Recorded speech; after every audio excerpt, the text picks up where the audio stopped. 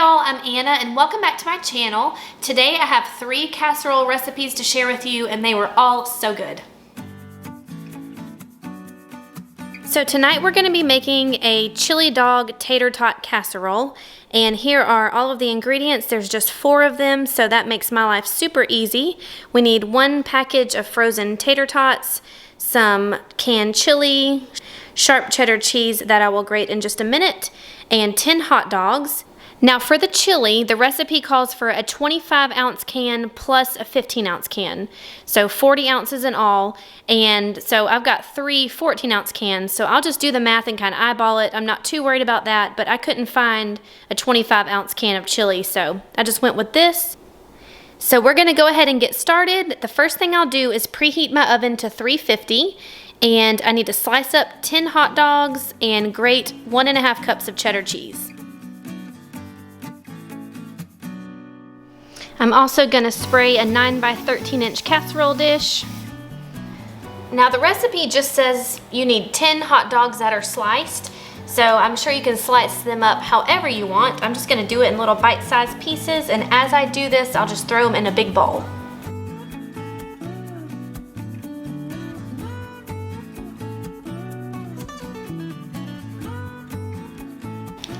So I need 1.5 cups total, but I'm only going to put about 1 cup with this mixture and the rest will go on top.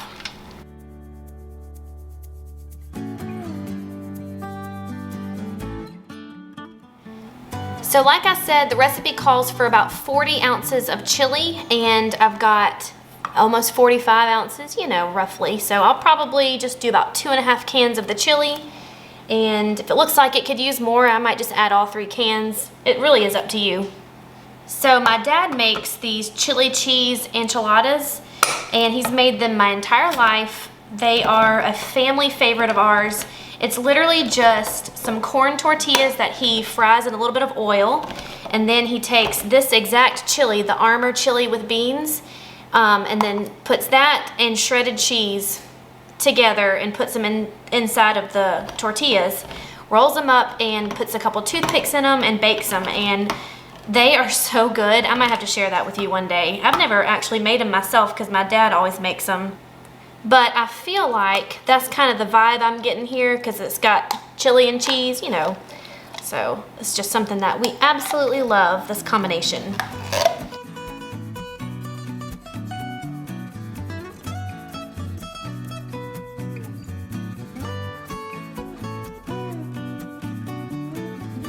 Next, we'll add this mixture to our greased casserole dish. And now we're going to add an entire bag of tater tots. I'm just going to put them in an even layer, but I'm not going to straighten them up and make them look all perfect. I don't have time for that. And then we're going to bake it for 45 minutes, take it out of the oven and top it with about 1/2 cup of cheese and put it back in the oven for 5 more minutes.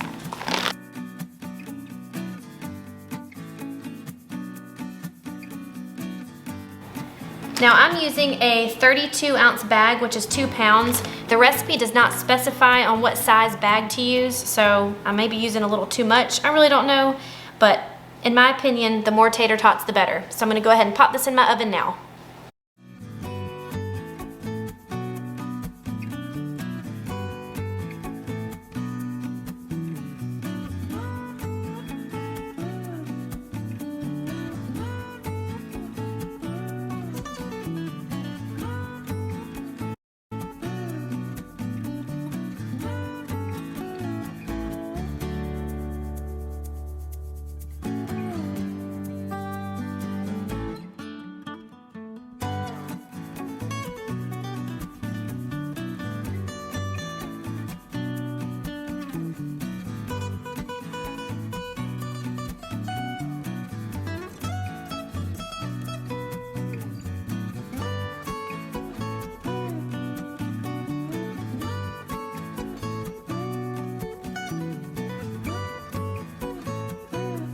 Next up, we're making a twice baked potato casserole by the Pioneer Woman, and I loved this recipe and everyone in my family did too, so we are definitely going to be making it again.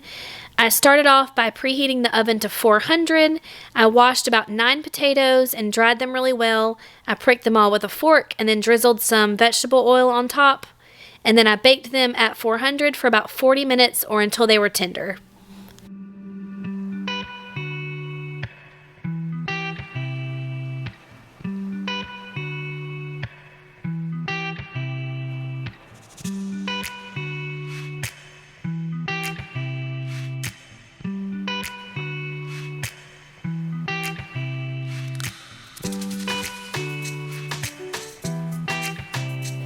My potatoes have been cooling now for about 30 minutes, so they're nice and easy to handle. They're still warm though. So what I'm gonna do now is cut open each one of them and scoop out the flesh and put them into my big bowl. I am gonna leave 2 or 3 of the skins on because I like that texture. It's more like a twice baked potato rather than just mashed potatoes. But of course, feel free to skip that part. So I'm gonna go ahead and start cutting these open and putting everything into my bowl.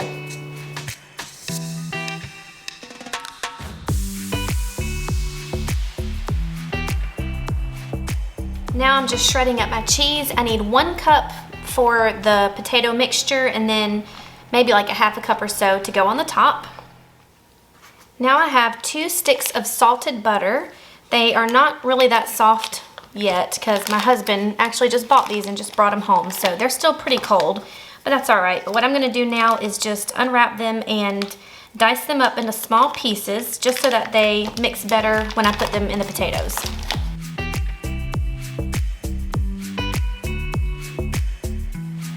Now we'll add all of the butter to the potatoes. And I'll just use my little knockoff mix and chop here. The potatoes are still pretty hot, so the butter should melt with no problem. So I'll just give that a head start. Now I'm gonna add in 1 8-ounce container of sour cream, and this has been sitting on my counter for several hours just so it's nice and soft.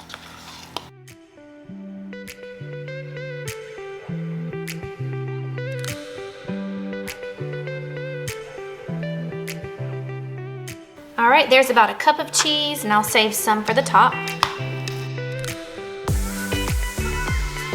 Now the recipe says to use 2 teaspoons of seasoned salt, and I just don't want to add that. Don't ask me why, it's just not my preference for like potatoes made this way. I do like seasoned salt on French fries, but instead of that, I'm just gonna do some regular salt, which it does say to add salt to taste. So I'm just gonna kind of eyeball maybe a teaspoon or 2 of this.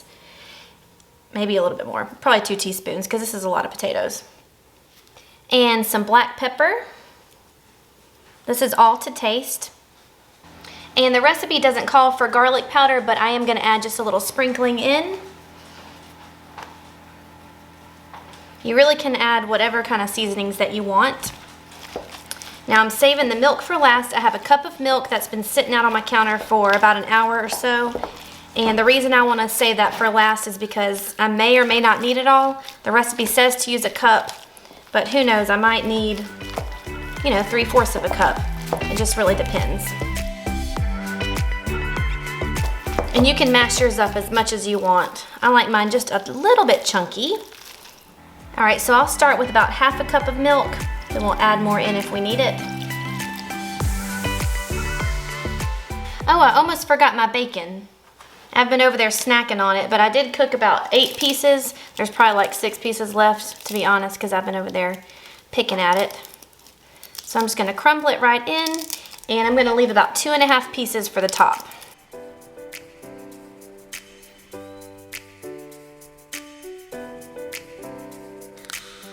Okay, I am gonna add some more milk now.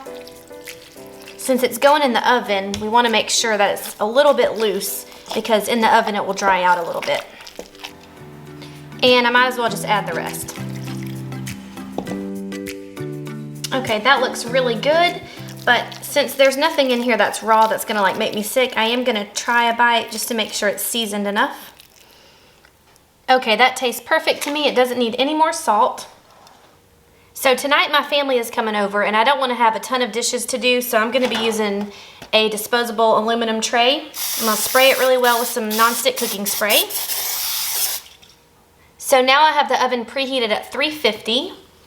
And I'm just gonna add in all of the potato mixture to the casserole pan.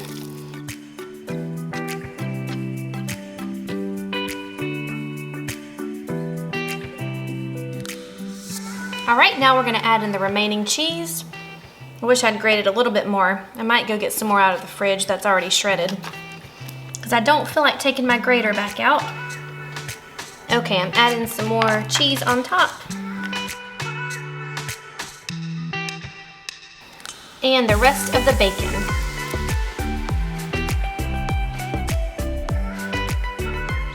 Okay, this is ready for the oven now. It's gonna bake at 350 for 20 to 25 minutes.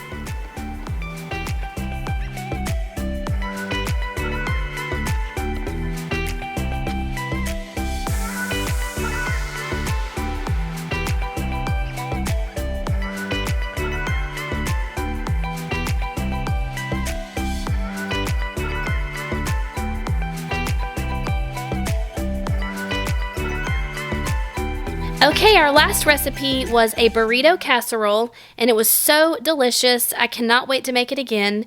My friend Amanda over at Faith Food and Family, she came up with this recipe and shared it a while ago, and ever since I saw it, I said I have to make that. It looks so good. So I'll have her channel linked below. Be sure to check her out. Now, her recipe calls for frozen burritos, and I ended up using chimichangas because I really wanted some beef in mine and I couldn't find beef burritos, so I just went with chimichangas, but it still worked really well. I started off by adding 8 chimichangas to a greased casserole dish. In a separate bowl, I added 1 can of cream of chicken soup, 1 can of green chilies, half a cup of sour cream,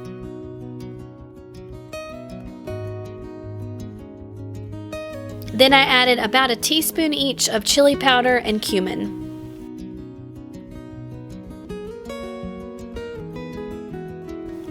Finally, I added 1 cup of cheese and then mixed it again.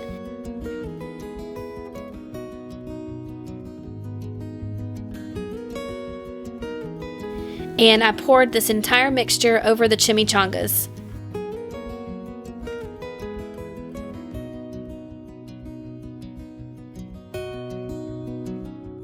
And then I baked them at 350 for about 25 to 30 minutes.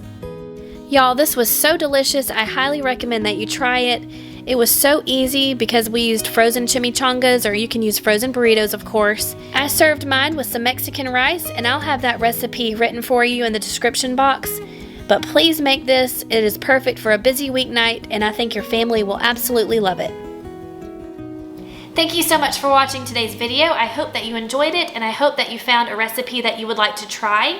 If you haven't already, please go ahead and click the red subscribe button, join my YouTube family, and give this video a thumbs up if you enjoyed it. And I will see you all soon. Bye.